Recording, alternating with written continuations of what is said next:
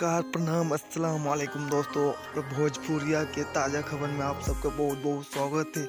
और हमारा चैनल बिहार 28 में नया है तो हमारे चैनल को दिल से सब्सक्राइब कर लीजिए, क्योंकि भोजपुरी से रिलेटेड हर वक्त हमारे चैनल में न्यूज़ आते रहते हैं। तो हमारे चैनल को फटाफट से दिल से सब्सक्राइब कर लीजिए। और नीलकमल सिंह के फैन है तो हमारे इस वीडियो को शुरू से लेकर एंड तक देखें।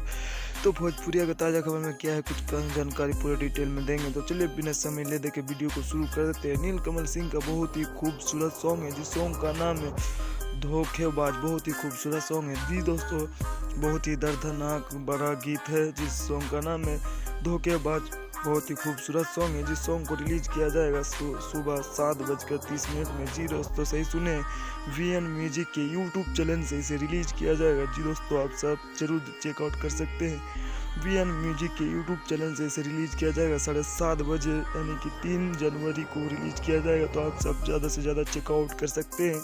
और हमारा ये वीडियो कैसा लगा कमेंट में ज़रूर बताना। और हमारा ये वीडियो आप सबको थोड़ी सी भी अच्छी लगी तो हमारे चैनल को ज़्यादा से ज़्यादा सपोर्ट करें एंड सब्सक्राइबर ज़्यादा से ज़्यादा करें। तो मिलते हैं नेक्स्ट वीडियो में, तब तक के लिए थैंक यू, धन्यवाद, thank you so much. Vande Mataram.